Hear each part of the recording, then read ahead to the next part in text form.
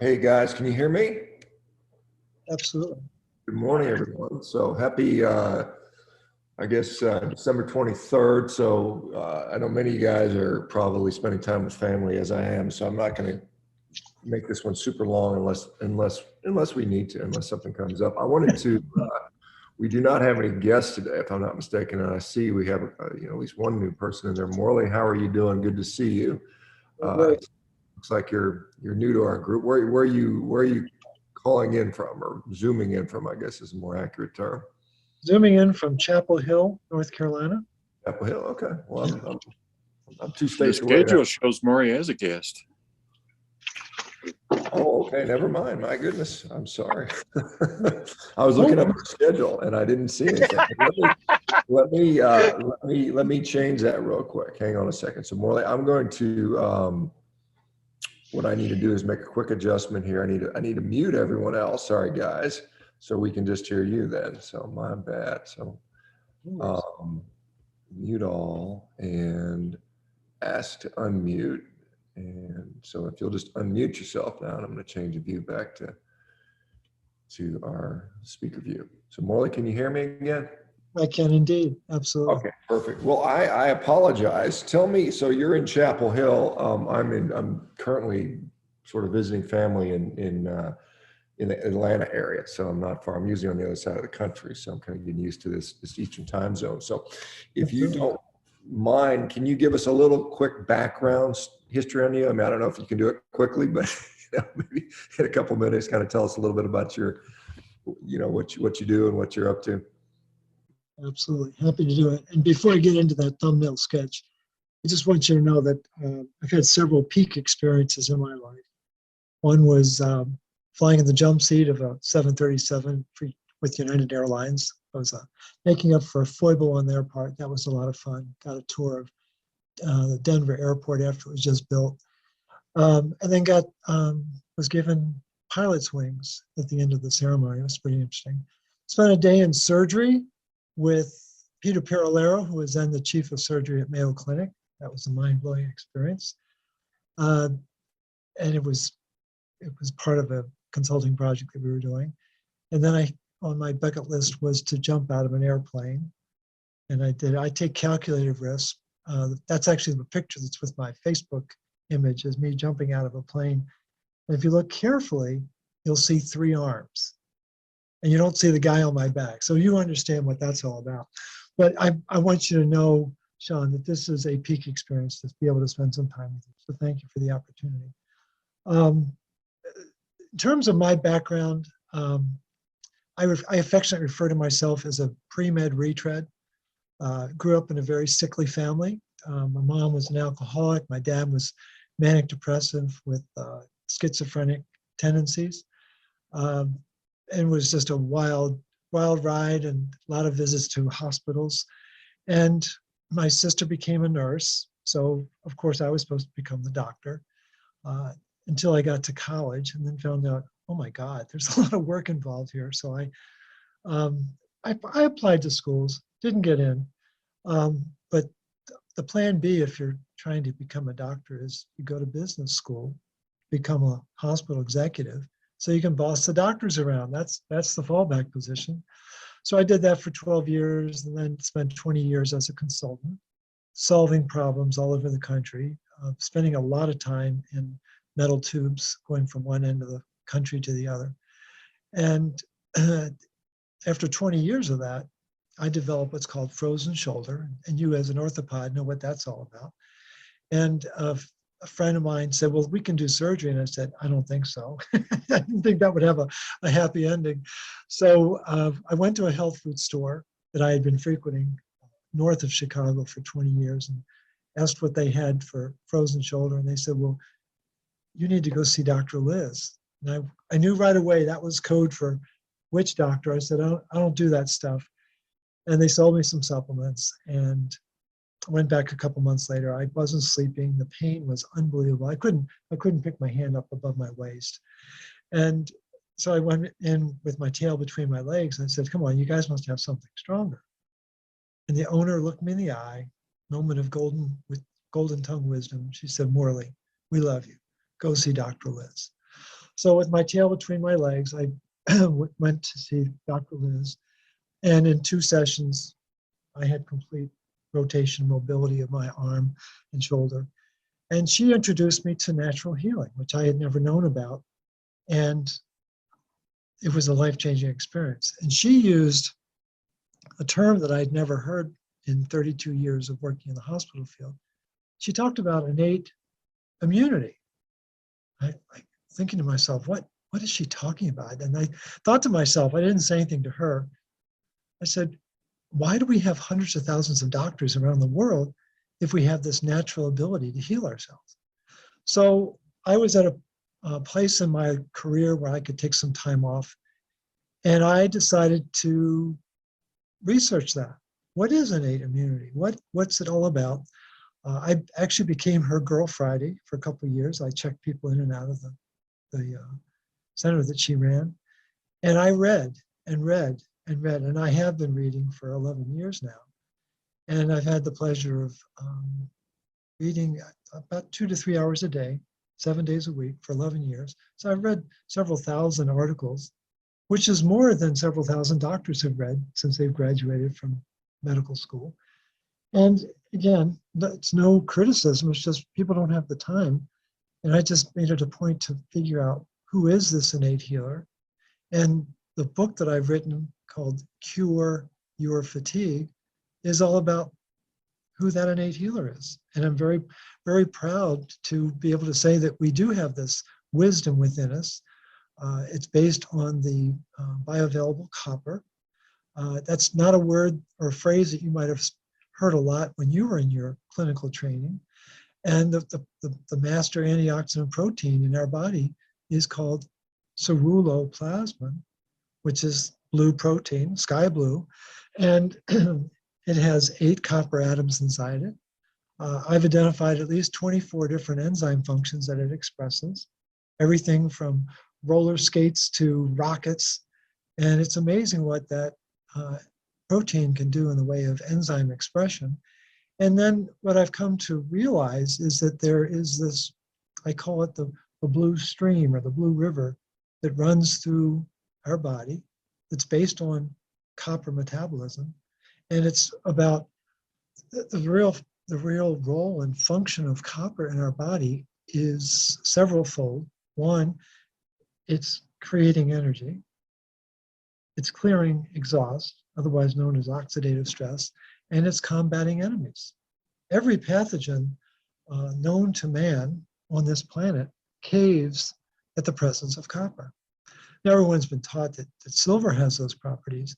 Well, the only problem with silver is it bumps out copper in the body. And copper is a pivotal part of our evolution. The planet didn't always have oxygen, as you probably know. There was something called the Great Oxygen Event that took place some 3 billion years ago. And when that happened, it wiped out 99% of life on the planet because it was all anaerobic. And what came to our salvation and our rescue was copper and the copper enzymes that are critically important for our health and vitality. And that's just been a process of discovery for me over the last 11 years, and it's culminated in this book that is now available for folks. So that's my story, Sean, and I'm sticking to it. Well, I mean, first of all, thank you for relaying that. And you're correct. I did not hear much about bioavailable copper while I was in medical school, nor at any point afterwards in my training or my clinical experience. I will just say, the skydiving thing, unfortunately being most of my adult life being in excess of 250 pounds, a tandem skydive jump was not an option for me. So I'm not going to jump out of there my first time on myself either. So maybe one day I'll get to that. So, I mean, I've certainly heard of ceruloplasmin before, and we've seen discussions about that regarding things with its relationship to iron handling. And, we've got a certain amount of copper in our bloodstream that's normal. I'm just curious about the frozen shoulder. As you said, it piques my interest as an orthopedic. I used to deal with a lot of that, and it can be really challenging to deal with. And the traditional sort of standard of care mostly is, you just kind of it just let it go run its natural course, and you spend a year or two with a stiff shoulder, and eventually it loosens up. Occasionally, you might put people in aggressive physical therapy, and sometimes you'll go and put a scope in there and try to break up scar tissue, or what we do is a manipulation under anesthesia. So you guys don't know, we put people to sleep, and then we just crank on their shoulder and try to break up all the scar tissue so it didn't hurt them. And then they wake up with a sore shoulder, and you stick them in a machine that kind of keeps moving their arm, called a CM, a continuous passive motion machine. And even with that, it didn't really work all that great much of the time. So what was the magic? Was it some copper infusion, or what was the magic? It's even more amazing than that. The PMJ joint, that controls the shoulder. I would never have known that. And what Dr. Liz did was put her index finger, it was like she was standing on her index finger in my mouth, putting pressure on that joint. And as she applied that pressure, my arm literally rose. It was magical. And I was somewhat dismissive of the experience because I was an allopathic rat. I thought there was only one kind of doctor. And I really didn't believe in chiropractic until I saw her adjust an infant, a dog, and a cat, because they don't have a filter that says it's not going to work. And it was amazing to see how those three subjects responded to her touch. It was absolutely inspiring. And I'm not going to be a chiropractic apologist. I think it's a very important healing modality that most people have never experienced. But the real key was there was something about that interaction that freed up my nervous system to communicate differently. And the key is, as I've come to understand it, what's really blocking the shoulder, it's actually a histamine response. It's amazing. And turns out that one of the many enzyme expressions of ceruloplasmin is an enzyme called histaminase. And histaminase breaks up histamines.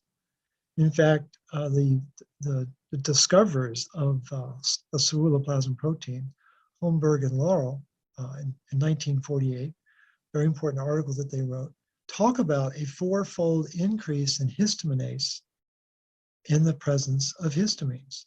That's one of the known responses of ceruloplasmin to that response to the body to stress.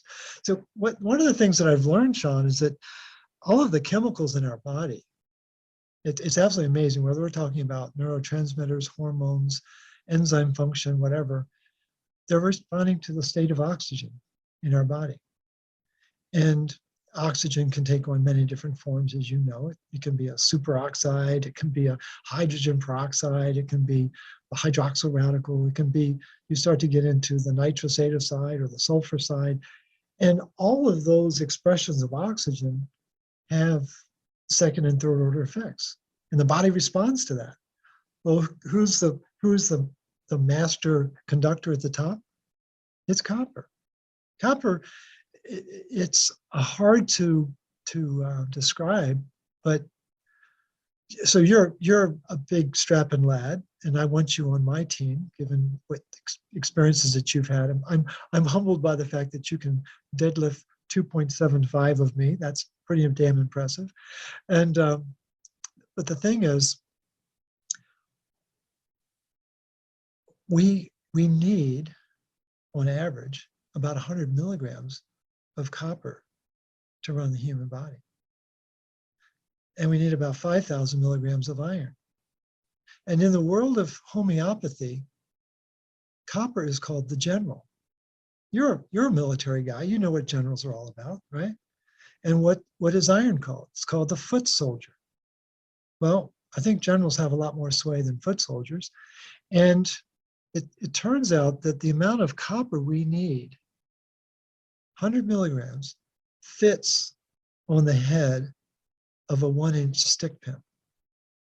Now, here's what should really humble you and your audience, is you don't have to lose a lot to start to have dysfunction. Let's say we go down to 95. Let's say we go down to 85.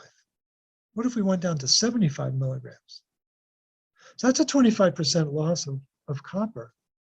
And what's a fever? A fever is a 4% differential. So 98.6 to 102, that's a 4% differential. A 25% differential in copper, so we're talking about a 6-fold impact. And what people don't realize is the order of magnitude of changes that have taken place in the farming system, in the food processing system, and in the pharmaceutical system that are all vectored on destroying the bioavailability of copper. You've never known that. You've never known that NPK blocks copper uptake by root systems. You've never known that glyphosate is a perfect copper chelator that chelates copper down to a pH of 1. What does that mean? pH of 1 means nothing stops glyphosate from chelating copper in the soil, in the plant, in the animal, and in the human eating the plants and the animals.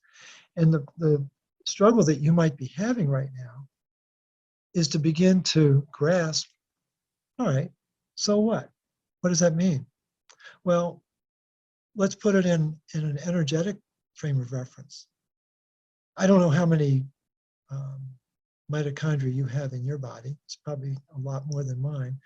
But on average, people have 40 quadrillion mitochondria in their body. So that's 15 zeros. It's a lot of mitochondria. And Paul Cobain, who's a world-renowned copper researcher at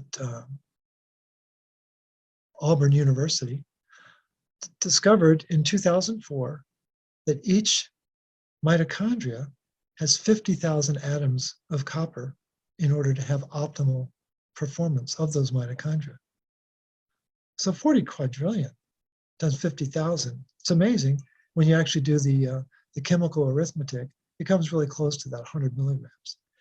And so if we start to lose copper because of our food system and our farming system, or because we're eating too much ascorbic acid or too much citric acid, or we're taking too many antibiotics, or we're too invested in hormone replacement therapy, and so on and so forth, it starts to change the availability of copper in our body, which then changes the ability to produce energy. Some of your most significant accomplishments as an athlete were based on producing energy. You are Mr. ATP, and you can't make ATP if you don't have bioavailable copper throughout the entire complex.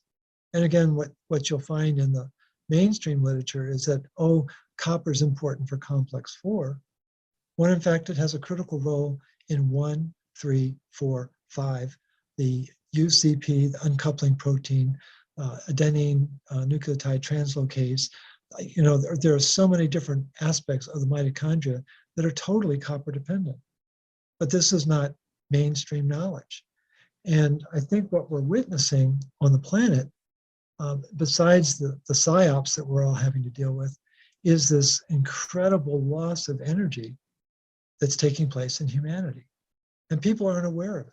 They don't recognize that the perfect way to destroy the bioavailability of copper is to take ascorbic acid, vitamin D, and zinc. That cocktail is a perfect way to change and destroy the bioavailability of copper.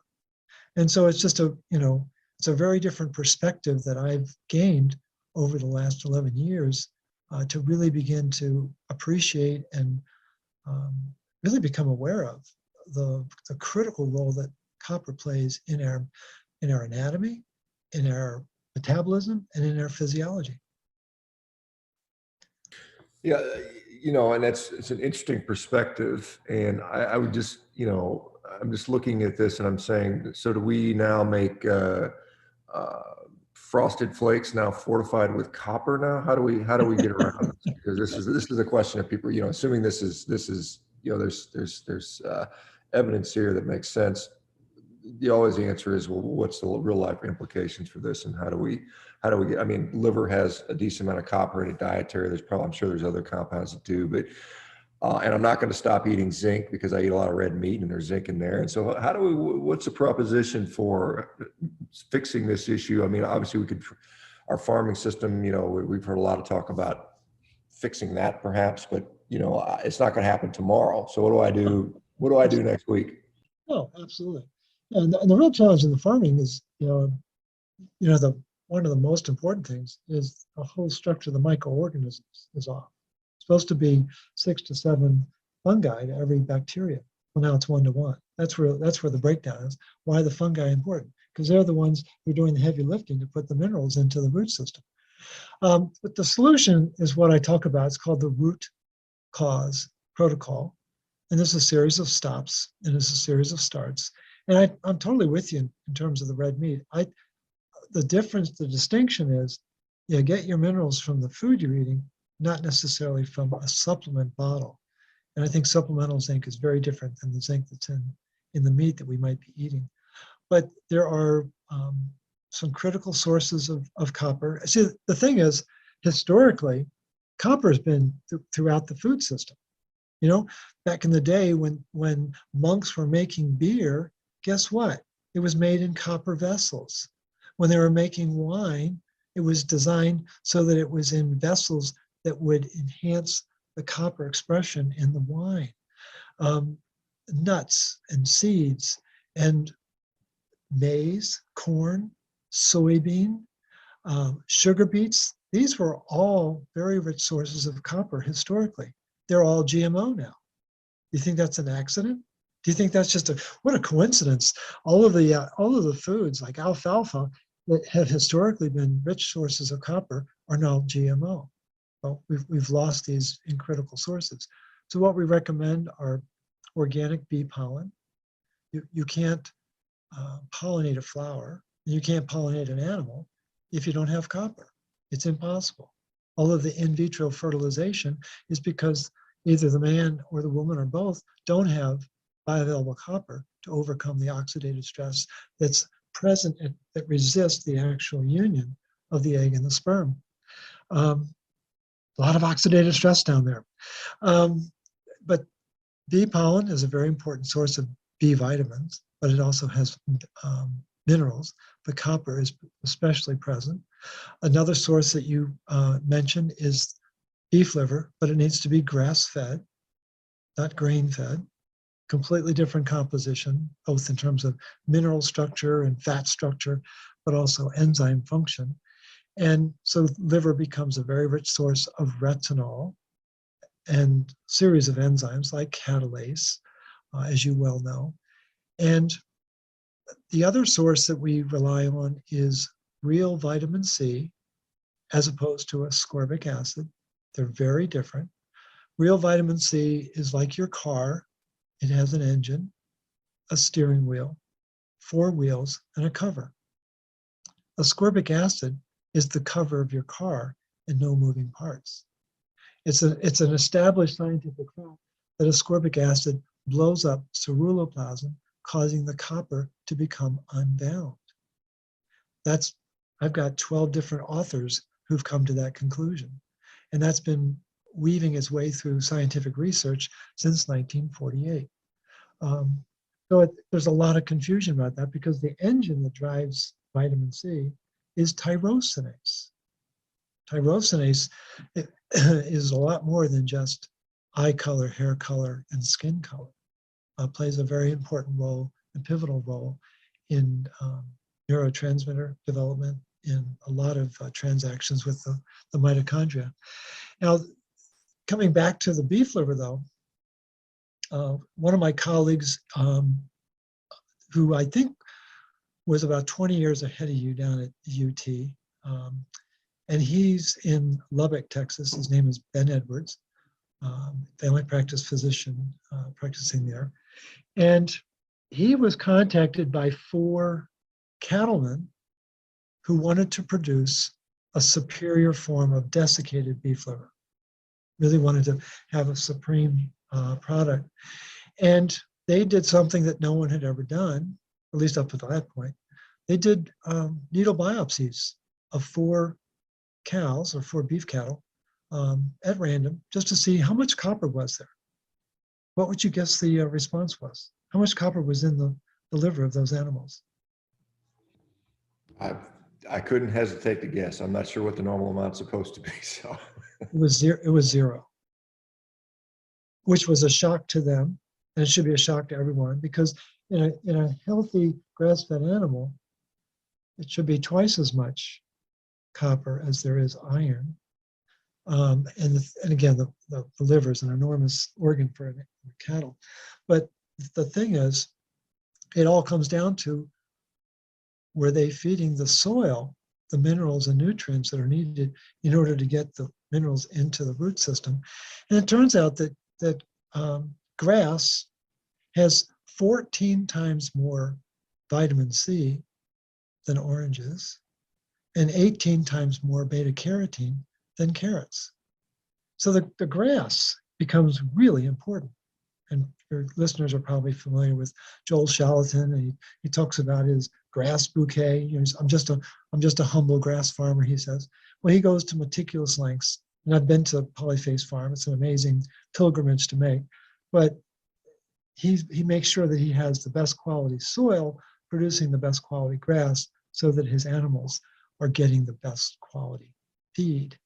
And that, getting back to the farming system, we just have to get to know our farmers and really put them in their place to say, what are you doing to ensure the quality of the products? And in light of all of that, what I've decided to do is, I mean, I've resisted this for many years, but I've decided to come out with a product called Recuperate. And it's a combination of New Zealand grass-fed beef, hoping that the farmers down there are feeding the soil right, and spirulina, and turmeric, and a couple milligrams of copper, just to make sure that it's in there. And it's brand new, just released in the last couple months, and it's getting some very good reviews from people who are really appreciating the zeal that supplement is doing. Again, I'm very careful not to overplay it, because I view myself more as an educator. It's really what I was very passionate about writing that book, so that people had a working knowledge of what happened, what the solution is. And I'm not a used car salesman. I'm not comfortable necessarily selling product, but I just see there's a tremendous need. And what I can say, Shawn, at the end of the trail, at the end of all this 11 years of research, one message: please get more copper in your diet. It will completely change the physiology of your listeners. And I've had the opportunity to do 6,500 consults with people over the last 10 years. And it's been amazing to see how people respond to very basic changes in their nutrient profile, in their diet, and see how, you know, years and years of metabolic dysfunction just melt away once the body knows how to deal with the oxidative stress, the nitrosative stress, and the other imbalances that take place because of the modern diet that we've all been subjected to. Yeah, I mean, I think that's a nice way to say it's subjected to, because the modern diet clearly has many, many shortcomings, and probably many things that are just quite out, frankly, bad for us. And, you know, when we talk about oxidation and antioxidants and, you know, free radicals and so on and so forth, it's, you know, obviously copper has a role in here. Other things do too. And so I'm just wondering, you can't just put somebody on a standard American diet, take a couple copper supplements and expect them to produce miracles. I guess, you know, that's just more of a comment than a question, but I want to know, like, and this is obviously, it's probably going to be a depends answer, but, you know, if I say, well, how much copper does the average person need? And then you got to define who is the average person. And then, you know, am I the average person? No, I'm, you know, twice as big as most people or a lot of people. And if somebody is metabolically wrecked, you know, they're you know, they're dealing with cancer and diabetes and depression, I think these things are going to vary. But can you give us a ballpark idea of how much copper we're getting? And if we're not taking, you know, a supplement, how are we going to do this, and how much food is it that's going to represent, you know, like some of these things are like, in order for me to get X amount of some supplement, I'd have to eat 17,000 calories a day, which is obviously not practical. So what are the current thoughts on copper requirements, I guess? Because I don't see much. I mean, you don't look at you don't look on a nutrition label and see how much copper is in food. It's not printed, right? So what are your thoughts on copper requirements? Yeah, there's no information about retinol. There's no information about magnesium. There's no information about copper. That should make people stop and say, wait a minute, they're putting a lot of emphasis on iron and calcium and vitamin D. Why don't we talk about the nutrients that actually regulate those? Because vitamin A is far more important than vitamin D. Magnesium is far more important than calcium. Copper is far more important than iron. But again, to your point, to your question, back in the 30s, the recommendation for copper was 4 to 6 milligrams a day. I found articles in the 1920s and 1930s and 1940s where they were recommending up to 10 milligrams of copper a day. I came across an article in 1935. It was a Chinese study, and they were profiling a high copper diet based on spinach and pork. Now, what's important for people to know is if you do a nutrient profile for spinach today, you know, now some 90 years later, there's no copper in spinach. It's been hybridized out of the food system. People don't realize that, again, everyone's kind of spooked by Fauci and all that, but what's playing in the background is a complete devastation of our nutrient profile of food. People are not aware of that. And now, let's fast forward to the modern era, the so-called modern era, and what they're recommending is 9/10 of 1 milligram a day. 1930s, it was 4 to 6 milligrams. So all you got to do is begin to, the hard part is getting people to realize the impact that oxidative stress has had on every chronic disease known to man. Well, oxidative stress is the mechanism of aging. It's the mechanism of chronic disease. And where does oxidative stress come from? From mitochondria that cannot make energy. As soon as you can't activate oxygen and create water, you're creating hydrogen peroxide, you're creating superoxide, you're creating hydroxyl radicals. And as soon as that's happening, there's been a fundamental breakdown of key copper antioxidant enzymes, superoxide dismutase, catalase, glutathione peroxidase, ferro oxidase. There's a whole network of antioxidant enzymes that people are not aware of that are critically powered by copper. And so to answer your specific question, I think what people need, the average person probably needs about 2 milligrams of copper a day. Are you going to get that in a standard diet? Probably not. I think that's the challenge. That's why out of desperation, if you will, I decided to come up with a supplement. And there are other supplements out there. There's now a recently developed copper hydrosol product, which Robert Scott Bell is promoting, and I'm very supportive of it. Lauren Pickard at Reverse Skin Aging has a wonderful product called GHK copper peptide. I mean, there are other sources of copper, but the key is, I think the challenge is it's very difficult in this era of GMO of finding food that actually has copper that's still left in the food. It's very, very challenging. If someone of your frame, you probably need about 4 milligrams of copper.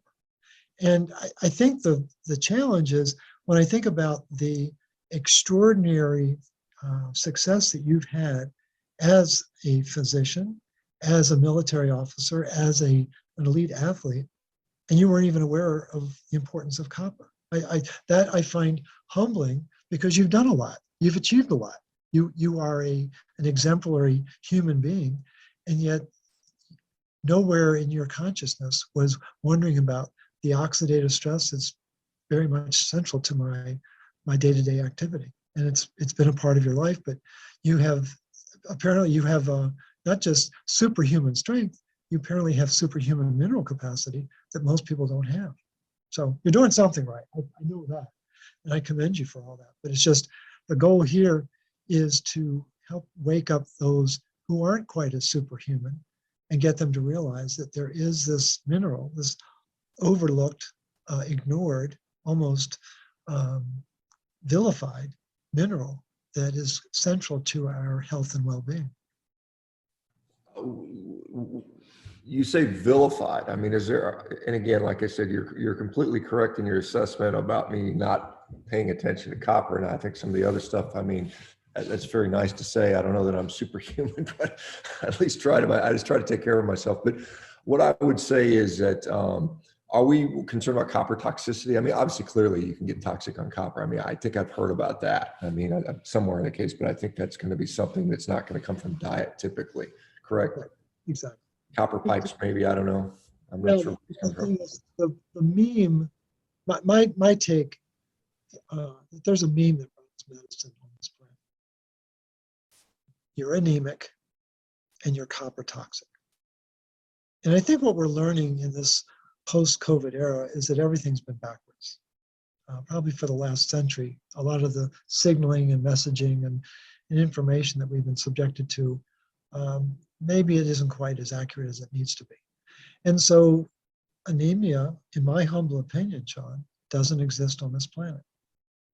The number one element on planet Earth, 36% of the Earth's composition is iron. And up until last year, I would have argued that humans were the most intelligent species on the planet. It's kind of a debatable point now.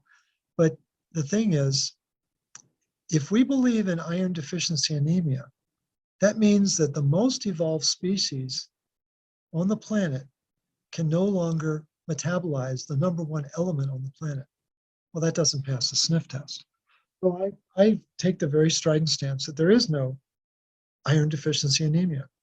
I have a client who's now, she's actually a graduate of my program, where she was anemic for 18 years. She took 80 iron infusions during those 18 years. I don't know anyone who's come close to that. She gave that up 3 years ago. She started following the RCP. And last weekend, she posted a picture of her donating blood for the first time in her life because her hemoglobin crossed the threshold, because she was focusing on copper and not on iron. And what people don't realize is that every facet of iron metabolism is copper dependent. Very well chronicled in the research, it's just not talked about. And in terms of the role that copper plays is preeminent. It's very, very clear. And I think what we have to recognize is that that meme, that you're anemic, copper toxic, well, the copper toxicity really was born out of the work of Carl Pfeiffer, MD, PhD out of Princeton, very talented guy. And prior to 1960, all the preeminent scientists around the world, Warburg, Krebs, LVM, Waddell, Steenbach, these are huge names in mineral research back in the day. They were all obsessed with copper and iron. That was their sole focus from about 1910 to in the mid-50s. There was zinc wasn't even on the radar screen. And then Pfeiffer comes along and says, oh, wow, we've got this copper zinc thing we got to worry about. And it was like Ice Age 2, squirrel, and everybody started chasing the squirrel of copper and zinc. And we've never been the same. And the thing that people are not aware of is that when you take supplemental zinc, especially, it triggers the production of a key protein called metallothionein. I'm very confident you know about it. Well, what most people don't know, though, is that metallothionein binds up copper 1,000 times stronger than it binds up zinc. So effectively, what you're doing is you're shutting down the availability of copper in our metabolism. So the issue of copper toxicity is a complete misnomer. I put a lot of emphasis on the research of Svetlana Lutsenko, who's a world-renowned copper expert at Johns Hopkins Medical Center. She's done some amazing research from probably 2010 to the present day. And in a 2016 article that she wrote with one of her PhD students, there is no unbound copper in the cell. It does not exist.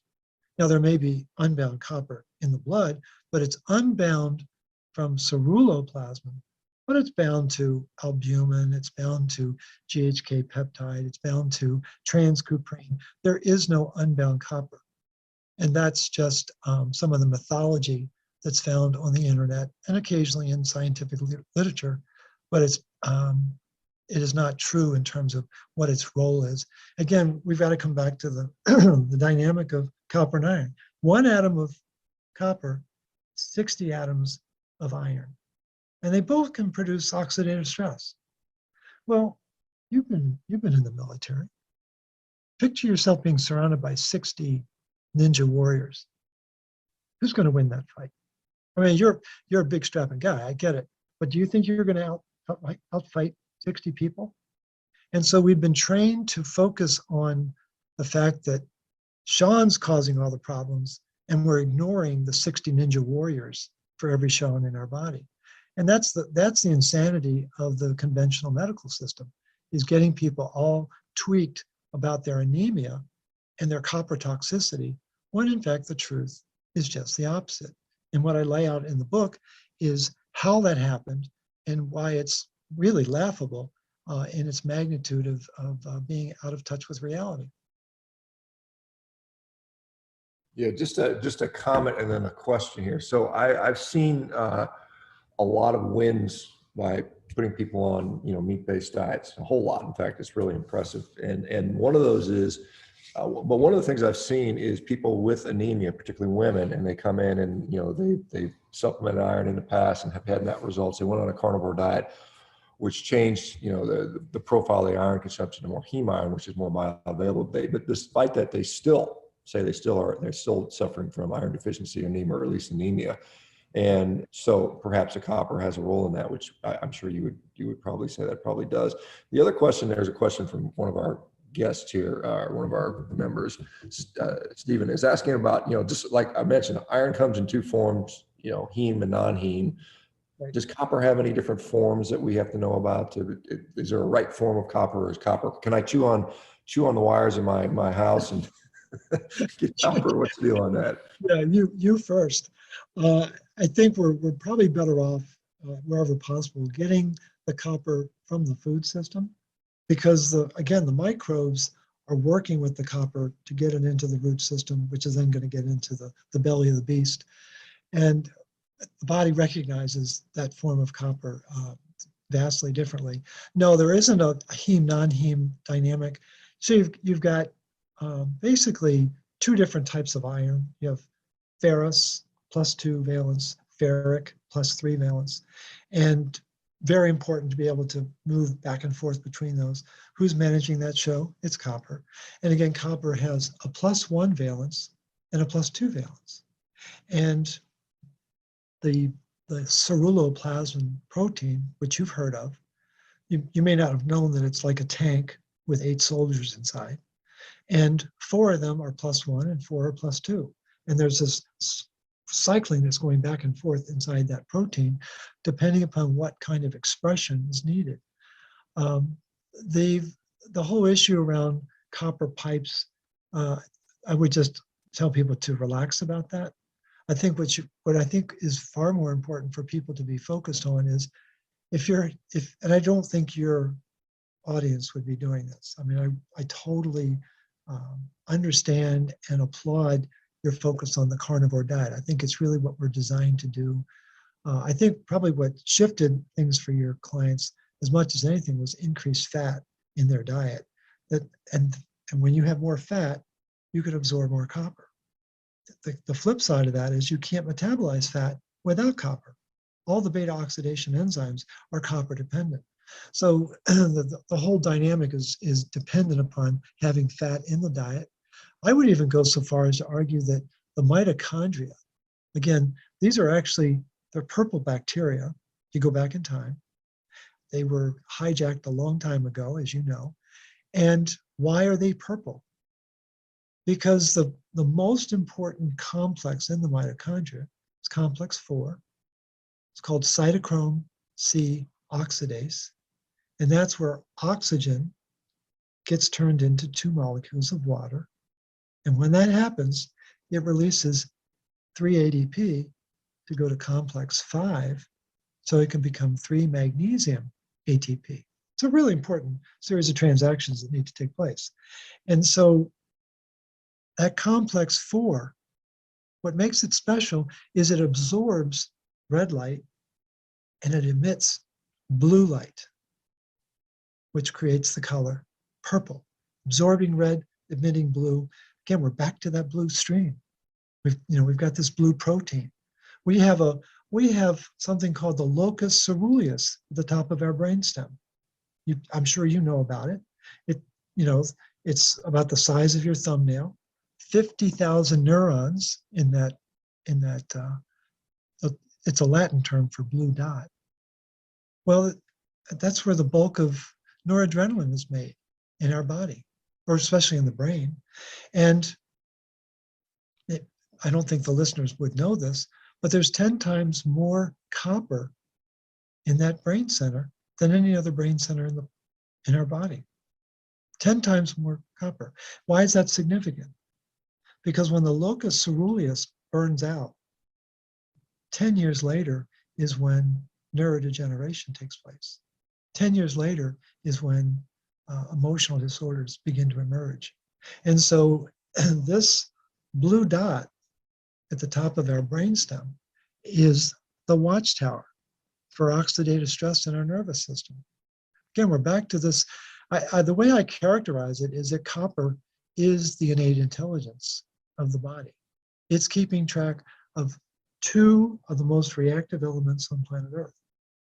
Iron, master pro-oxidant element on the planet, and oxygen, second most reactive element after fluorine, or fluoride, as some people like to call it. But those are 2 very reactive elements, as you know. And what happens when they mix? They create rust, right? We know what a rusty nail looks like, a rusty pipe. No one told us that all this rusting process that's taking place in our body is all from the dysregulation of iron and oxygen because there's a lack of bioavailable copper. Whether we're talking about neurofibrillary tangles or we're talking about arterial plaque, or whatever the form of rust is, it's all the same mechanism. It's a dysregulation of oxygen and iron because the enzyme functions of copper are not present and at an optimal level. Just a question for you. How do we assess our copper status? I mean, is a serum blood test? I mean, I know a lot of these serum tests are kind of worthless. You get a magnesium is kind of worthless. Is there a good way to test for copper? There's a great way to test for copper, but it's against the law. It's called the Ferro Oxidase assay. It's a $4 test. It's a very reasonably priced test. The FDA prohibits it. But the way I do it, I have what's called the Full Monty Iron Panel that people can access through Request a Test or through the Ulta Wellness. These are consumer-driven lab ordering systems that people can go to. But there is this panel that has 12 different markers in it. And what I would encourage people who are listening to this to understand is that you never look at copper in isolation of zinc or magnesium or different iron markers or A and D. And that's really what that panel does. Is it goes to great lengths to try to create the right context to understand what's happening with copper. But what that test measures are 2 particular markers. One is the serum copper, and you're right to be a little bit hesitant about what's in the blood, because only 1% of the copper is in our blood. 1%. The biggest bulk of copper, 46% of copper, is found in the bone marrow. 25% is in our muscles. Another 25% in our organs. And so, again, why would that be? Because it's really important to be able to produce energy in the bone marrow, in our muscles, and in our organs.